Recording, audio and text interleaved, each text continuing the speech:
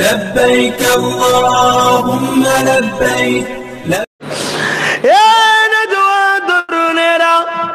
নয় মুহররম ইমাম হুসাইন পাক কুফার দাওয়াতে যাচ্ছিলেন। হুজুর আমার 9 মুহররমেতে ইজিদ বাহিনী এমন করে খুর বলে একজনের নেতৃত্বে 1000 সৈন্য পাঠিয়ে দিল। ওই সৈন্য বাহিনী সবাই ছিল মুসলমান, সবাই কলেমা পড়তো লা ইলাহা ইল্লাল্লাহ মুহাম্মাদুর রাসূলুল্লাহ। তারা এমন করে দেখা যায় ওই কারবালা দেশে ইমামে হুসাইন পাককে আটকে দিলে, এই ইমামে হুসাইন পাক আগে যাওয়া হবে না, আপনাকে বন্দি করে নিয়ে যাওয়া হবে, এমন করে এজিদের পক্ষ থেকে খবর আছে। ইমামে হুসাইন পাক বলতে লেগেছে, তোমরা জবানে যার কলেমা পড়ো তিনি হলেন আমার নানাজান, তোমরা কোন মুখে বলো আমি হুসাইনকে বন্দি করবে? ওই সৈন্য দলের মধ্যে যিনি কমান্ডার ছিলেন, সিপাহসালার ছিলেন, তিনি হলেন হযরতে খু। তিনার মধ্যে আগে থেকে নবী ও আলে রাসূলদের প্রেম ছিল, কিন্তু তিনি রাজার হুকুমে এজিদ তখন জোর করে ক্ষমতায় বসেছিল। জানেন তো নাকি 1-1.5-2 ঘন্টায় আর পুরো কথা বলা যায়, এজন্য মেন জায়গাগুলো বলছি। জানেন তো নাকি মুসলমান যদি কারবালা না জানো, এ মুসলমান থাকার থেকে মুদির হাতে মরে যাওয়াই ভালো। এমনি মারছে নাকি আমাদের ঘরে? এটা আমাদের পাওনা, আমাদের পাওনা ওর দ্বারা আল্লাহ দিচ্ছে। খোদার বিনা হুকুম ছাড়া গাছের পাতা লড়তে পারে? হ্যাঁ বলেন, খোদার বিনা হুকুম ছাড়া আকাশ থেকে 1 ফোঁটা পানি পড়তে পারে? তাহলে এত বড় দেশের প্রধানমন্ত্রী কি হবে খোদার বিনা হুকুমে হয়ে গেছে নাকি? হ্যাঁ, তাহলে মাথায় বসিয়েছে কে? এই ইমানদার বলো, কে বসেছে? তাহলে কেন বসেছে? দুটো কারণে। মুমিনের ঈমান পরীক্ষা হবে, মুনাফিককে সাইজ করবে। নমরুদকে কে বসিয়েছিল? রাজা। বলুন বলুন, ফেরাউনকে কে বসিয়েছিল? রাজা। আবু জেহেল, উতবা, সাইবা আমার নবীকে কষ্ট দেবে আল্লাহ জানে না? তাহলে আগে তো তুলে দিতে পারতো, সেই তো মৃত্যু হয়েছে। তারপরেও যদি আবু জেহেল চলে যেত, বেলাল যে নবীকে ভালোবাসের পরীক্ষাটা নেবে কার দ্বারা? তাহলে শয়তানকে আল্লাহ বসাবে, জালিমকে আল্লাহ বসাবে, অত্যাচারীদেরকে আল্লাহ বসাবে। দুটো কারণে মুমিনের টেস্ট হবে ঈমান, যে মুমিন অত্যাচারীকে ভয় করে না আমাকে ভয় করে। মুমিন অত্যাচারীর জন্য সহ্য করে আমার দিনের উপরে থাকে কিনা দেখবো। আজকে মুসলমান দাবি করে, মুসলমান সব বলে আল্লাহকে ভয় নেই, এদের ভয় সব কেন্দ্র সরকারকে। ভয় আছে না নাই? আচ্ছা, এই ভয়টা আমাদেরকে এমনি এমনি হয়েছে না খাওয়ানো হয়েছে? আচ্ছা, কেন খাওয়ানো হয়েছে? কোন অষ্ট করবো, সব জায়গায় ঘা।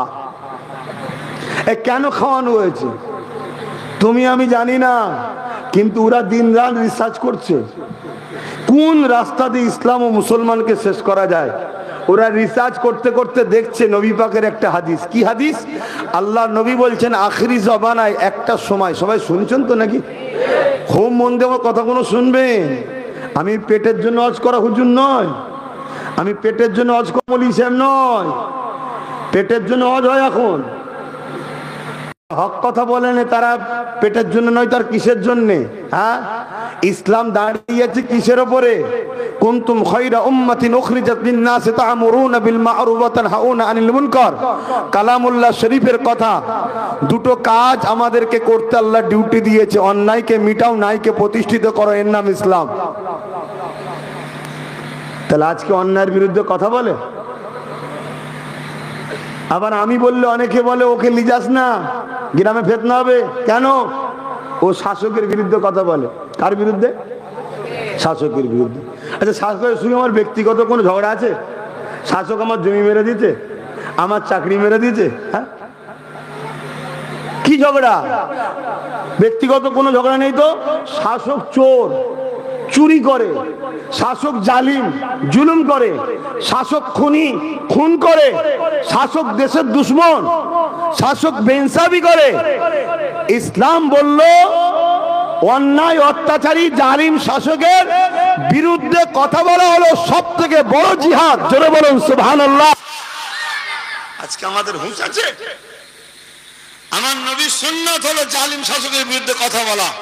মুসা নবী, ঈসা নবী, ইব্রাহিম নবী, যত নবী এসেছেন প্রত্যেকটা নবী জালিম শাসকদের বিরুদ্ধে কথা বলে, তাদের সঙ্গে লড়াই করে মজলুম, অসহায়, গরিব, দুঃখী মানুষগুলোকে বাঁচিয়েছে।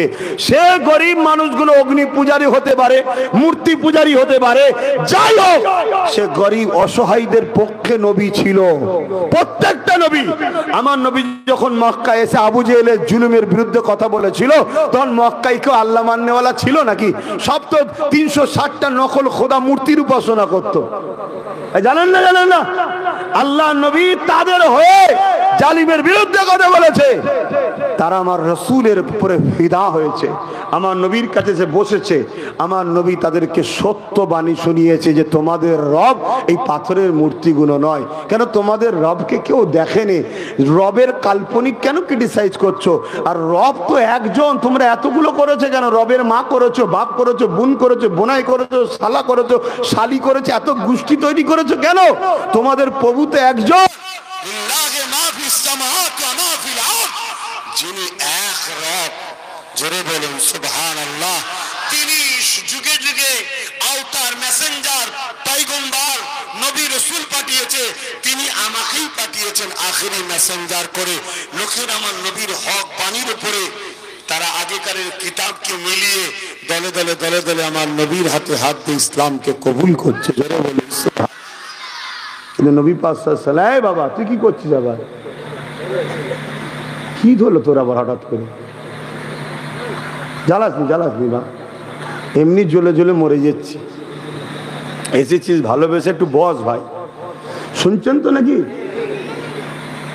তাহলে কিয়ামতের দিন দুই দল লোক জাহান্নামে যাবে। কদল লোক? এক দল হলো পাপ করার জন্য জাহান্নামে যাবে, আর এক দল লোক পাপের বিরোধী না করার জন্য জাহান্নামে যাবে। হ্যাঁ শুনছেন? তাহলে পেটের জন্য আজ করতে এসছি নাকি যে খাওয়া হয়নি? এমনি তো জলসা কমিটি আগে তাবারু পেটিয়ে দিয়েছে, খেয়ে নিয়েছি। শুনছেন তো নাকি? দাদা কাজ মিটে গেছে, যে পেটের জন্য ব্যাপার ছিল ভাই, পেট মিটে গেছে, আর যাবো না, যা। খুব ভালো করে বোঝেন, শরিয়াতকে জানেন। যদি না জানেন আল্লাহ সাহায্য পাবেন না। আমাদের নাম্বার 1 দুশ্মন হলো দাড়ি টুপি রাগালে মুনাফেক, আলেম উলামা, ইমাম, পীর, পীরজাদা, যারা মুনাফেক। মুনাফেক চেনার একটা নমুনা বলে দিচ্ছি। জালিম শাসকদের সঙ্গে মুনাফেকদের সম্পর্ক গভীর হবে। আর হক্কানি উলামাদের একটা নমুনা বলে যাচ্ছি। হক্কানি উলামাদের সঙ্গে যুগে যুগে জালিম শাসকদের সঙ্গে টক্কর ছিল। ইমামে আজমকে দেখুন, ইমামে মালিক হুজুরকে দেখুন, সুফিয়ান সাউরিকে দেখুন, ইমাম বুখারীকে দেখুন, আমার গরিবের নওয়াজকে দেখুন, মুজাদ্দিদ আলপে সানিকে দেখুন। হতবাগ আকবরের সঙ্গে টক্কর ছিল। এটা হলো হক্কানি উলামাদের একটা বৈশিষ্ট্য। তারা জালিম শাসকের সঙ্গে তাদের বন্ধুত্ব হবে না। শুনছেন তো নাকি? হ্যাঁ বাপ, জানো দলিল কোনো পীর সাহেব নয়, দলিল কোনো পীরজাদা নয়, দলিল কোনো ইমাম মুফতি মৌলানা নয়। দলিল আল্লাহর কিতাব কোরআন আর আল্লাহর বন্ধু মুহাম্মদ রাসূল। জোরে বলুন সুবহানাল্লাহ। এই ছাঁচের উপরে ফেলতে হবে, না হয় সব বেকার। আরো একটা কথা বলে যাচ্ছি, যারা দেখবেন আপনাদের ঘরে নবীর সঙ্গে জুড়তে চাইছে, কার সঙ্গে? জোরে বলুন, নবীর সাথে জুড়তে চাইছে, জানবেন এ উলামা হলো হক। এটা নমুনা বলে যাচ্ছি। কিছু উলামা আছে আমাদের ঘরে আল্লাহর সঙ্গে জুড়তে চায়, নবীর থেকে বাদ দিতে চায়। এ হক নয়, এ হক নয়। আপনি বলবেন কি বলছেন হুজুর, আল্লাহর সঙ্গে জুড়লে সমস্যা কি? আরে ও শয়তানকে অধিকারটা দিল কে আল্লাহর সঙ্গে জুড়ার? আল্লাহর সঙ্গে জুড়বে একমাত্র আমিন আল্লাহ। জোরে বলুন সুবহানাল্লাহ। এ পাওয়ার আল্লাহ আমিন আল্লাহকে দিয়েছে। হাবিব, আপনি আমাকে যত চেনেন, আপনি আমাকে দেখেছেন, আপনি আমার সাথে বান্দাকে জুড়বেন, বান্দা আপনার কাছে আসবে, আপনি বান্দাকে আমার সাথে জুড়বেন। যে নবীর সাথে জুড়েছে আল্লাহ তাকে নিজের করে নিয়েছে। জোরে বলুন সুবহানাল্লাহ। আর যে নবীর সাথে জুড়তে পারেনি সেই তো হয়েছে, সেই তো আবু লাহাব হয়েছে। কথা শুনছেন না শোনেননি? অতএব নবীর সাথে যে জুড়তে চাইছে জানবেন হলো হক উলামা, হক। কোরআনও ঠিক এটাই আমাদেরকে শিক্ষা দিয়েছে। আর নবী পাক সাল্লাল্লাহু আলাইহি ওয়াসাল্লামের সঙ্গে যেই জুড়বে সেই হযরতে আবু বকর সিদ্দিক হবে, ওমর ফারুক হবে, উসমান গনি হবে, সুলতানে হিন্দ হবে, মুজাদ্দিদ জামান হবে, সেজ হুজুর পীর কেবলা হবে। এই যে পাশে রয়েছেন উনার সাহেবজাদা আবুল ফারাক সিদ্দিকী হবে। কথা বুঝে আসছে তো?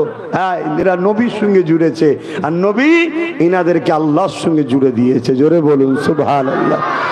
নবীর সুন্নাত, নবীর আদর্শ, নবীর লাইফটাই তো হলো কোরআন শরীফ। জোরে বলুন সুবহানাল্লাহ। কানা খুলুকুল্লাহুল কোরআন। আম্মা জান আয়েশা হুজুর বলছে আমার নবীর লাইফ স্টাইলই হলো কোরআন। জোরে বলুন সুবহানাল্লাহ। আজ আমাদেরকে একদল গাদ্দার বেরিয়েছে, তাদেরকে তার সুরাতে সকলে হুবাহু মুসলমান লাগে। একটা নমুনা বলে যে কারবালার দিকে যাব, ওই নমুনাটা একটু মন দিয়ে শোনে। এ যুবকেরা, এমন করে আল্লাহ নবীর হাতে হাত দিয়ে হযরত আবু বকর সিদ্দিক তিনার নাম, আরো একজন নবী পাকের হাতে হাত দিলে নাম তার আব্দুল্লাহ ইবনে উবাই। এ যুবকেরা, আমার নবী পাকের হাতে হাত দুজনেই দিয়েছে।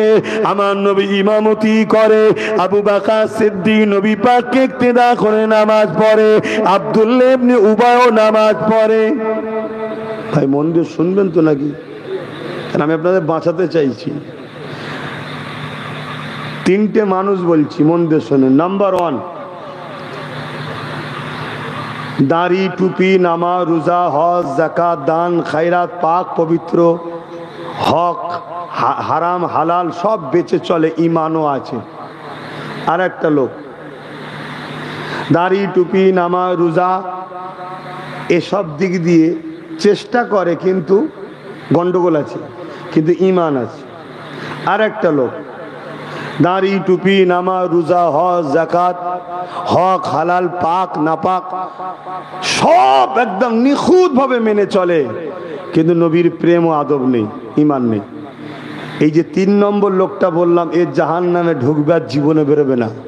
আর প্রথম যে লোকটার নাম বললাম, এ বেহিসাব জান্নাতে যাবে। জোরে বলুন সুবহানাল্লাহ। কেন? এর দুটো জিনিসই আছে, ঈমানও আছে, আমলও আছে। 100 নম্বর পেয়েছে, একদম সেঞ্চুরি, চিন্তা নেই। আর দ্বিতীয় যে ফেল করেনি, কোনো রকম মার্কস পেয়ে পাস করে গেছে, যদিও ধরা পড়ে কিয়ামতের দিন পাপগুলোর জন্য আসামি হিসাবে জেল খাটবে, জাহান্নাম। ঈমান থাকার জন্য একদিন না একদিন জান্নাত যাবেই। জোরে বলুন সুবহানাল্লাহ। তাই একটু বুঝাচ্ছি, কারণ আমাদের চরম দুশমন এখন টার্গেট শুধু আমাদেরকে বেঈমান বানাও। কেন? আমাদের কাছে এমন একটা পাওয়ার আছে, যে পাওয়ারটার নাম ঈমান। এ পাওয়ার যতদিন আছে, পৃথিবীর যত সুপার পাওয়ার আমেরিকা হোক না কেন, আর যত দাদাই থাকুক না কেন, আমাদেরকে মিটাতে কোনো বাপের বেটা পারবে না। জোরে বললেন না সুবহানাল্লাহ? আরো জোরে বলুন না সুবহানাল্লাহ। কেন? 1000 বার নয়, অনেকবারই চেষ্টা হয়েছে, কয়েক হাজার বার চেষ্টা হয়েছে আমাদেরকে নির্মূল করে দিবার জন্য। নিশ্চয়ই একটা নাম শুনেছেন, চিঙ্গিস খান। নাম শুনেছেন না? হ্যাঁ, কি গো, নাম শুনেছেন তো? পুরো মুসলমানদের রক্ততে দাজলা নদীটাকে লাল করে এত মেরেছে। কোন কোন রায়াতের মধ্যে আছে 1 লক্ষর উপরে শুধু উলামাকে মেরেছে, কয়েক কোটি মুসলমানকে মেরেছে, পুরো দাজলা নদীকে লাল করে দিয়েছে।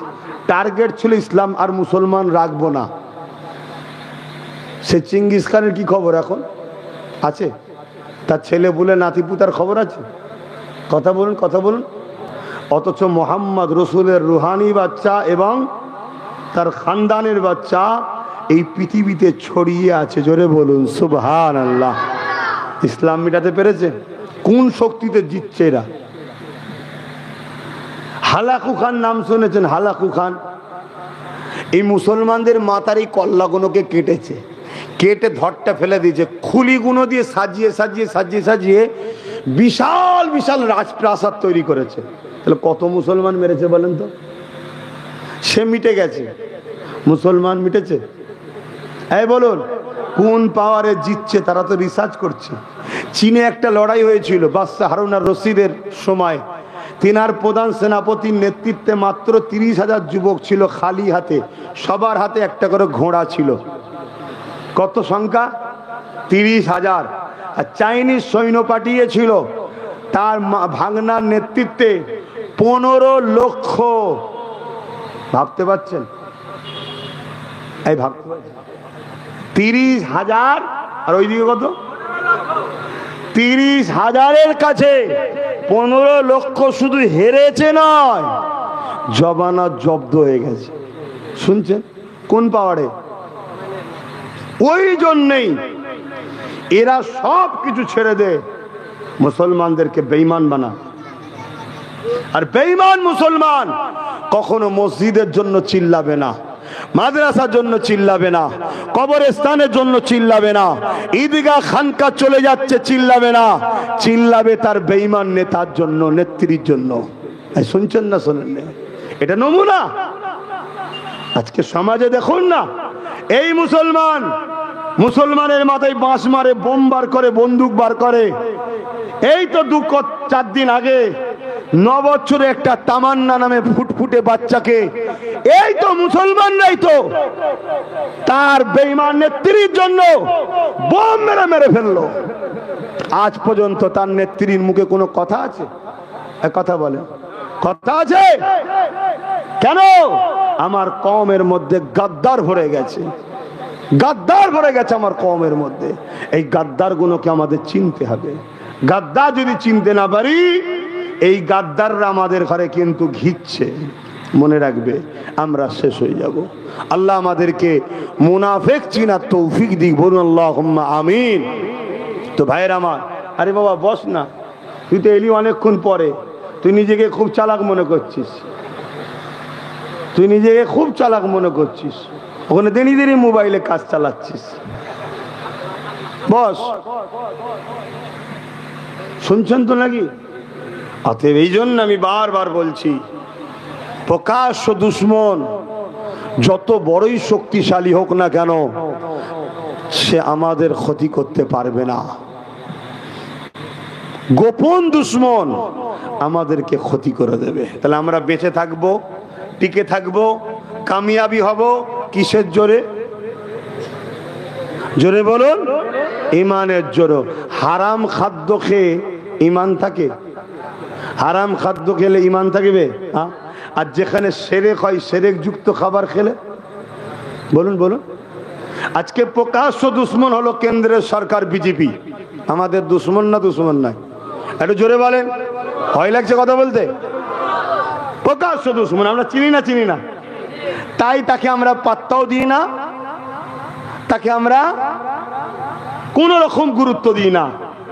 ঠিক না বেঠিক? কিন্তু আমাদের বন্ধু সেজে দুশ্মন দেখুন রাজ্য সরকার। তাই রেশনের মাধ্যম দিয়ে, যেটা ইসলামের ধর্মে খাওয়া হারাম, সেরেক যুক্ত মন্দিরের খাবার আমাদের বাড়ি বাড়ি ঢুকাচ্ছে। কেন? খা, বেঈমান হ। বেঈমান হলে তোরা আমার হয়ে কাজ করবি, তোদের চোখের সামনে মসজিদ মাদ্রাসা লেলাবো, তোরা কিছু করতে পারবি না, ভাই ভাই মারপিট করবি। আর না হয় নবী বংশের আওলাদকে মুসলমানরা গাল দেয়, ওর দলের লোক দেয় না? দেয় না? সব হারামখোর বেঈমান হয়ে গেছে। ওই সব গু গোবর খাইয়েছে, খাইয়ে শেষ করে দিয়েছে। শুনছেন না? শুনেন না? হয় নবী বলছে, আমার খানদানকে কেউ যদি ছোট বড় কথা বলো, সে মুনাফিক। তারপরে তুই বলিস কি করে? হ্যাঁ, তুই তো বলতে পারিস যে আমার তোমায় ভালো লাগে, আমি তোমার সাথে আছি, কিন্তু না বাবা, আমার নবী বংশের বাচ্চার বিরুদ্ধে আমি বলতে পারবো না। কেন? রাজনীতি দুদিনের, আজ আছি কাল মরে যাব। কি আপনার দরকার বলকে যান, আমার ধর্মে নিষেধ আছে, আমি বলতে পারবো না। কিন্তু না, ও জানে যদি আমি এ কথা না বলি, আমাকে এক্ষুনি ঘর থেকে ঘাড়ে লাথি মেরে বার করে দেবে। আর শয়তান সামান্য পদের জন্য হুঁশ নাই, নবী বংশের আওলাদদের সমালোচনা করছে। কথা মাথায় ঢুকছে না? ঢোকে না? তোর ভালো না লাগে দূরে সরে জানা। আজকে কি পরিকল্পনা চলছে, এটা কথাই এলো তাই বলছি। সেরেক যুক্ত দূরের কথা, যেখানে গান বাজনা বাজে, ওই মেলার খাদ্য খাওয়া হালাল না হারাম? একটু জোরে বলছেন না? হারাম। আচ্ছা, সেই জায়গায় বড় প্ল্যান করে ভাই যে যার ধর্ম করবে, তার ধর্মের সিন্নি আর কি কমলে সব বলে, তাদের যা আছে তারা পান করবে, খাবে, এতে আমার আলোচনা সমালোচনার কিছু নেই। কিন্তু তুমি একজন সরকারি পদে বসে সরকারি সাহায্য নিয়ে রেশনের মাধ্যম দিয়ে বড় প্ল্যান মাফিক তুমি দেখাচ্ছ মিষ্টি, কিন্তু সেটা শিরক যুক্ত জিনিস, ঠিক না বেঠিক গো? ওটা আমাদের জন্য খাওয়া হালাল না হারাম? জোরে বলুন। কই মসজিদের ইমামরা বলে যেটা চক্রান্ত চলছে, বাবার এই খাবার খাস না? যে হুজুর বলে সেই হুজুরকে আমার সালাম, অবশ্যই সে ইমানদার, সে ইমানদার। শুনছেন না শোনেন না? কিন্তু এই সমাজের বেশিরভাগ হুজুর কি করছে? এই বলে এ জাতি ধ্বংস হয়ে যাচ্ছে, মুখে কথা নেই। কথা হলো কি, আমার নবীকে একটু ভালোবেসে আমরা ইয়া নবী সালামু আলাইকা বলবো, ওখানে ফতোয়া দেয়। একটু আমরা রসুলের ভালোবাসায় নবী দিবস করব, ওখানে ফতোয়া দেয়। তাই না? দেয় না? মুনাফিক চেনো, মুনাফিক চেনো যদি বাঁচতে চাও। মনে রাখবে, যখন আমরা সংখ্যায় কম ছিলাম তখনই আমরা জিতেছি, যখন আমাদের সংখ্যা বেড়েছে তখন আমরা হেরেছি। কেন? সংখ্যা বেড়েছে ঠিকই, কিন্তু গাদ্দার বেড়ে গেছে। আর সংখ্যা কম ছিল ঠিকই, সলিড ছিল। কথা বুঝে আসছে? বদরে আমরাই জিতেছি, সংখ্যা কম ছিল। আর সালাউদ্দিন আইবি বলেছিলেন 4 লক্ষ সেলিবিয়া সৈন্য ছিল, মসজিদে আকসাকে ঘিরে রেখেছিল। সালাউদ্দিন আইবি ছিল মাত্র 12,000। কত? আর ওইদিকে কত? 4 লক্ষ। সালাউদ্দিন আইবি বলেছিল 40 লাখ থাকলেও আমরা বিজয়ী হব ইনশাল্লাহ। প্রকাশ্য দুশ্মনের সঙ্গে জিতা যায়, বন্ধু সুরাতে দুশ্মনের সঙ্গে চিন্তা যায় না। কেন? সে ঘুমটার আড়ালে তোমাকে বেঈমান মূল জিনিসটাই তো কেড়ে নিচ্ছে। বুঝতে পারছেন না? পারেননি? এই কথাই কষ্ট হয়ে গেল নাকি? আমি আপনাদের ক্ষতি করে দিলাম? তাহলে যান না, ডবল নিয়ে আসেন, লিজে খান না, জাহান্নামের কুত্তা হয়ে যাবেন। আমার কি যায় আসে? আমার ডিউটি, মাইক পেয়েছি, সামনে পেয়েছি, কমকে বুঝাচ্ছি যে কেন্দ্র সরকার আমাদের প্রকাশ্য দুশ্মন, রাজ্য সরকার আমাদের বন্ধু সেজে দুশ্মন। এ হচ্ছে বেশি ভয়ঙ্কর, এ বেশি ভয়ঙ্কর। ও আসলে সামনাসামনি হবে। ওর ক্ষমতা ছিল আমাদেরকে এরকম দ্বারা ধর্মীয় ভাবাবেগে শিরক যুক্ত খাবার দেওয়ার ক্ষমতা ছিল না? খেতুন আমরা? জোরে বলেন যে খাসনি দে, বিজেপি দিচ্ছে, বিষ থাকতে পারে, এ বলতো না? বলতো না?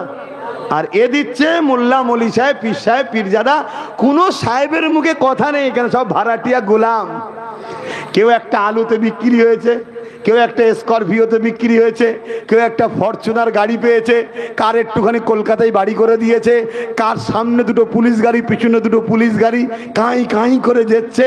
এ শয়তান সব বিক্রি হয়ে গেছে। ধর্ম জাহান্নামে যাক, আমার দেখার দরকার নেই।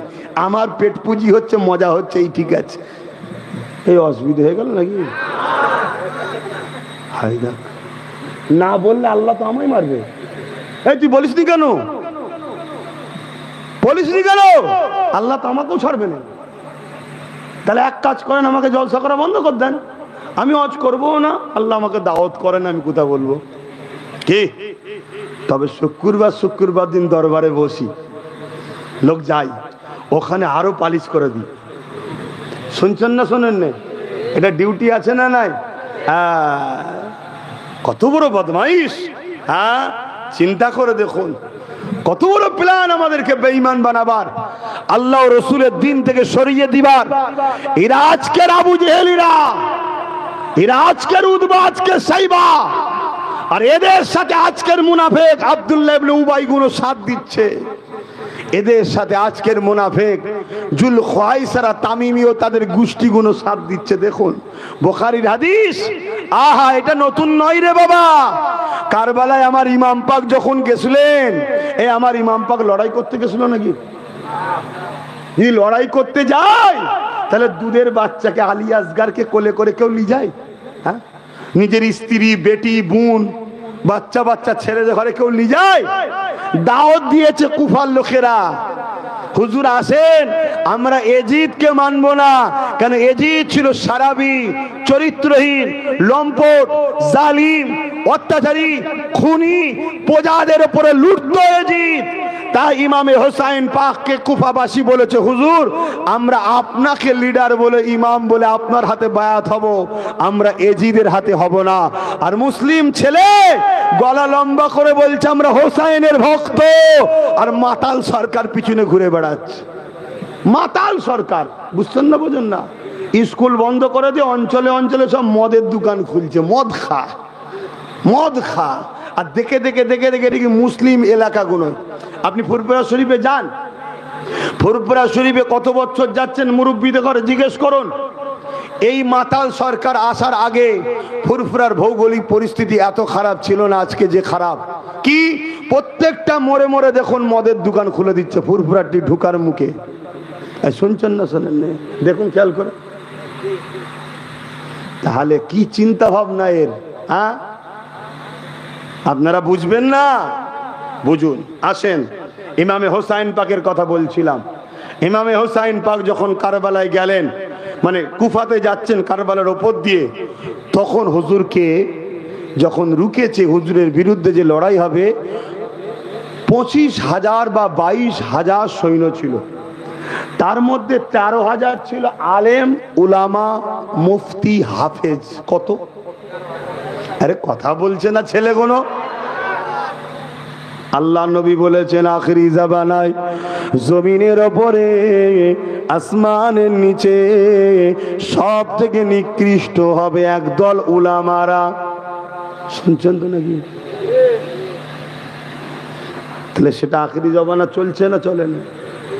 ইমামে হোসাইন হুজুরের বিরুদ্ধে অস্ত্র ধরেছে কারা? 13,000। তার মধ্যে 7,000 ছিল আলেম, 3,000 ছিল মুফতি, 3,000 ছিল হাফেজে কোরআন। অস্ত্র তুলেছে কি? নবীন নওয়াসাকে শহীদ করব। কেন রে? কিছু টাকা পাবে আর কিছু পদ পাবে। হ্যাঁ, শুনছেন? নবীন নওয়াসার বিরুদ্ধে যদি তরোয়াল তুলতে পারে 7,000 আলেম, 3,000 হাফেজ, 3,000 মুফতি, আজকে আমার মসজিদ, মাদ্রাসা, ঈদগার বিরুদ্ধেও আমাদের আলেম, উলামা, ইমামরা উঠতে পারে না, পারে না। তার চাক্ষুষ প্রমাণ তো আপনাদেরকে বলে দিচ্ছি। কেন্দ্র সরকার তো আমাদের দুশ্মন, আমরা জানি। সে তো আইন তৈরি করে ওয়াকফকে মিটাতে চাইছে, কিন্তু রাজ্য সরকার যেই বলল বাংলায় আন্দোলন চলবে না, সব আলেম, উলামা, ইমাম, মুফতি, মাওলানা যারা ওদের লাইনে, সবাই নাই ওদের লাইনে, সব চুপ। কথা বলিসনি? আমাদের খোদা নিষেধ করে দিয়েছে। শুনছেন না, শোনেন না? হ্যাঁ, এদের খোদা যদি আল্লাহ সুবহানাহু ওয়া তাআলা হতো, তারিরা মসজিদে দাঁড়িয়ে প্রতি জুম্মায় 2 মিনিট হলেও বলতো ওয়াকফের দুশ্মন যারা, দুশ্মন আমাদেরও তারা। সে কেন্দ্র সরকার হোক, রাজ্য সরকার হোক, এদের বিরুদ্ধে যুদ্ধ করতে হবে, লড়াই করতে হবে। এটা এরা 2 মিনিট হলেও বলতো ঈদগাহ মসজিদে দাঁড়িয়ে। কি বলতো না বলতো? এদের যদি খোদা আল্লাহ সুবহানাহু ওয়া তাআলা হতো, তাহলে এরা জলসার মাহফিলে গিয়ে মাইক যখন পেত, এরা তখন মাইকে 5 মিনিট হলো ওয়াকফ নিয়ে বলতো, এই তোমাদের সীতাপুরের ঐতিহাসিক মসজিদ, এই মসজিদ কি আজকের? এই মসজিদের কোন কাগজ আছে? এ তো মৌখিক দান। এই মসজিদের সম্পদ কলকাতায় হাজার হাজার বিঘে আছে। এই মসজিদ এখন বাঁচানো বড় মুশকিল হয়ে গেছে। শুনছেন তো নাকি? তাহলে তো বলতো দাঁড়িয়ে বা জলসায় গিয়ে যে ভাই ওয়াকফকে ভুলে যেও না, ওয়াকফ আন্দোলন করতে হবে। বাবরিকে ভুলে গিয়েছিলাম বলেই বাবরি মসজিদ আমাদের হাতছাড়া হয়ে গেল। সুপ্রিম কোর্ট থেকে সংবিধান বিরোধী আইন পাস হয়ে গেল। কাল আমাদের বিরুদ্ধে আইন পাস হয়ে যাবে। মসজিদ মাদ্রাসা বাঁচাবার জন্য তোমাদেরকে সংগঠিত হতে হবে। আমরা ডায়ে বায়ে, সামনে পিছনে, লাল, ব্লু, কালো, সবুজ কিছু বুঝি না। ওয়াকফকে বাঁচাবার জন্য যারা আমাদের সাথ দেবে, আমরা আগামী দিন তাদের সাথ দেব। যারা আমার ওয়াকফের নয়, সে কেন্দ্র হোক আর রাজ্য হোক, তারা আমাদের দুশ্মন। এ কথা কি বলছে জলসাই? জলসাই কথা বলছেন না কেন? তাহলে এদের খোদা তো আল্লাহ নয়। আল্লাহ যদি হতো আল্লাহর ঘরের জন্য বলতো। যেই বলে দিয়েছে বাংলায় বলা যাবে না, চুপ। কিন্তু আমি আব্বাস সিদ্দিকী 10 বছর ধরে আন্দোলন করে আসছি ওয়াকফ নিয়ে। 10 বছর ধরে বলছি ওয়াকফ দখল করো, চলে যাবে চলে যাবে চলে যাবে চলে যাবে। কত দালাল আমার বিরুদ্ধে কত কথা বলেছে, বলেছে না বলেন? হ্যাঁ হ্যাঁ, ও এমনও কথা বলেছে হুজুরের ছেলে রাজনীতির কথা বলবে কেন, বলেছে না বলেন? ও কমবক্ত শয়তান মুনাফিক জানে না যে ইসলাম কমপ্লিট ধর্ম, ইসলামের রাজনীতির কথা আছে না না। তাহলে আমি আমার জাতিকে শিখাবো না যে হারা রাজনীতি করতে গিয়ে বেঈমান হয়ে যাচ্ছিস না? তো এটা বলা দরকার আছে না না? কেন রাজনীতির কিছু কিছু স্লোগান আছে, এই স্লোগানগুলো বলার সাথে সাথে মোশরেক হয়ে যায়, জানো? সঙ্গে সঙ্গে ইসলাম থেকে বেরিয়ে যায়, জানো? জানি না। তো এগুলো যদি উলামারা না আলোচনা করে তো জানবে কি করে? অথচ সব স্লোগান দিয়ে বেঈমান হচ্ছে, ইসলাম থেকে বেরিয়ে যাচ্ছে। তো জাতিকে বাঁচাবার জন্য কথা বলা দরকার আছে না না? একদম সবাই মিলে হাত দিয়ে আমার পিছনে লেগে গেল। আজকে সেই ওয়াকফ আমাদের হাতছাড়া হচ্ছে না, হয়নি? হ্যাঁ, এখন টিকে আছে সুপ্রিম কোর্টের ওপরে। সুপ্রিম কোর্ট যদি একবার রায় দিয়ে দেয় যে কেন্দ্র সরকার যেটা করছে ঠিকই করেছে, বলো তোমরা কি করবে? এই মসজিদ এসেই ভাঙে দেবে, বলো কি করবে? রুকে দেবে না? এই রুকে দেবে? ক্ষমতা আছে তোমাদের? অত সহজ নয়। লোহা কাটতে গেলে লোহা লাগে, রাজ পাওয়ারকে রুখতে গেলে রাজ পাওয়ারই লাগে। তাই আব্বাস সিদ্দিকী তার ভাইকে রাজনীতিতে নামিয়েছে, এমনি নয়। কথা মাথায় ঢুকছে? কিন্তু আমার ভাইকে তো মুসলমান সাপোর্ট করা ছেড়ে দিয়ে, সবাই বলবো না, অনেক মুসলমান আছে তার ছোট বড় কথা বলে, তাকে গালিগালাজ করে, আছে না না? না, কিন্তু অনেক মানুষ ভুল ভেঙেছে, সাপোর্ট করেছে, আজও করছে। কি গো, করেন তো নাকি? হ্যাঁ, মনে রাখবেন নবী বলেছেন কোরাইশের নেতৃত্ব মানো, কোরাইশের নেতৃত্ব, কোরাইশ বংশের ছেলে। যদি আল্লাহর উপরে ভরসা থাকে হকের উপরে সাথ দেন। হাসেন বাপেরা ফিরে যায় কারবালার দিকে। ইমামে হুসাইন পাক কারবালার ময়দানে যখন গেলেন, হুজুর আমার লড়াই করতে যায়নি গো, পরিবার বাচ্চা সন্তানদের ঘরে নিয়ে কুফার মানুষদের দাওয়াতে যেতেছিলেন। কিন্তু হুরকে দিয়ে ইমামে হুসাইন পাককে রুখে দেওয়া হলো। এ যুবকেরা, তরুণেরা, বাপেরা, 9 মুহররমের দিন ছিল। ইমামে হুসাইন পাক এমন করে তাদেরকে বুঝাতে লাগলো, আমরা তো তোমাদের বিরুদ্ধে আসিনি, আমরা তো আমাদের রাস্তায় যেতে লেগেছি, কিন্তু তোমরা আমার রাস্তা কেন আটকে দিলে? ওই হুর বলতে লাগলো, এ আহলে রাসূল, আমার উপরে বড় চাপ রয়েছে, আমি সৈন্যদেরকে সরিয়ে দিচ্ছি, আপনি আবার পুনরায় মক্কায় ফিরে যান। একটা দরদ কিন্তু হুর দেখতে ছিল, আর এই দরদেই কিন্তু হুরের কপালও খুলেছিল, জানেন তো নাকি? এজিদ বাহিনী থেকে একটাই লোক ফিরে এসেছিল জান্নাতি দলে, সেটা হলো হযরতে হুর। তিনি এসে 180 জন এজিদ বাহিনীর কুকুরকে মেরে জাহান্নামে পাঠিয়েছিল। তারপরে হুজুর শহীদ হয়ে আল্লাহ জান্নাতে গিয়েছিলেন। জোরে বলুন সুবহানাল্লাহ। আরে পাখা কোন দিকে? আমি তো ঘুমিয়ে যাচ্ছি এবারে। হ্যাঁ, এদিকে ঘড়িও তো হু করে ছুটছে, সময়ও তো নেই, আর বড্ড বেশি হয়ে গেল, আবার টানবে, হালকা হালকা করে ঘোরা। আমার নওজওয়ানেরা তাই বারবার বলে দিয়ে যায়, মুনাফিক ইসলামের ক্ষতি যতটা করেছে পুরো পৃথিবী জুড়ে কেউ ক্ষতি করতে পারেনি। এই পৃথিবীতে একটা নেতা ছিল, তার নাম ছিল বুশ। ওই বুশ বলেছিল আমেরিকাতে ইসলামকে মুছে দেব, কিন্তু মনে রাখবেন আমার আল্লাহ পাক বুশেরই কন্যাকে ইমানের কলেমা পড়িয়ে কোরআনের হাফেজা বানিয়ে দিয়েছিলেন। যুবকেরা, তরুণেরা, প্রকাশ্য দুশমন ইসলামের ক্ষতি কখনো করতে পারেনি গো। মনে রাখবেন লোহার কাজ তো কাটা, কিন্তু ওই লোহা কোনো কাজে আসবে না যদি কিনা তার বাট যদি গাছ না হয়। তাই এমন করে প্রকাশ্য দুশমনের কাজ তো ইসলামকে মিটানো, কিন্তু সে কখনো কিছু করতে পারবে না যদি দাড়িওয়ালা টুপিওয়ালা সুরাতে মুনাফিক মুসলমানেরা তাদের আমাদের যদি সাথ না দেয় তারা কিছুই করতে পারবে না গো। এ যুবকেরা, তরুণেরা, বাপেরা, তাই বলে দিয়ে যায় মুনাফিককে চিনতে শেখো। আজ আমাদের সমাজে কিছু মুসলিম সুরাতে মুনাফিক রয়েছে। এরা গায়ের জোর দেখিয়ে, প্রশাসনিক সহযোগিতা নিয়ে, গুন্ডাগিরি করে ইসলামের দুশ্মনদের হাতকে শক্তিশালী করছে। আর ইসলামের দুশ্মনেরা শক্তিশালী হয়ে তারা ইসলামের উপরে আঘাত করতে লেগেছে। যেমন আপনাদের পাশে এই সীতাপুরের মাদ্রাসাতে, ওই মাদ্রাসায় চলে যান, 11টা শিক্ষক নাই। কটা নাই? আমার অজে কি অসুবিধা হচ্ছে? কিন্তু সারা দিচ্ছেন না কেন? কটা শিক্ষক নেই? তা শিক্ষক নেই কেন? শিক্ষক দেওয়ার কাজ কি আব্বাস সিদ্দিকী? এই তোমাদের কাজ? কার কাজ? সরকারের কাজ। সরকার শিক্ষক দেয় না কেন? এক সরকার বোলডুজার দিয়ে মাদ্রাসা ভাঙছে, আর এক সরকার শিক্ষক বন্ধ করে দিয়ে মাদ্রাসাকে শেষ করছে। উভয়ের লক্ষ্যই হলো ইসলামিক শিক্ষা প্রতিষ্ঠান মাদ্রাসাগুলোকে শেষ করে দাও। মাথায় ঢুকছে? হ্যাঁ, উত্তরপ্রদেশ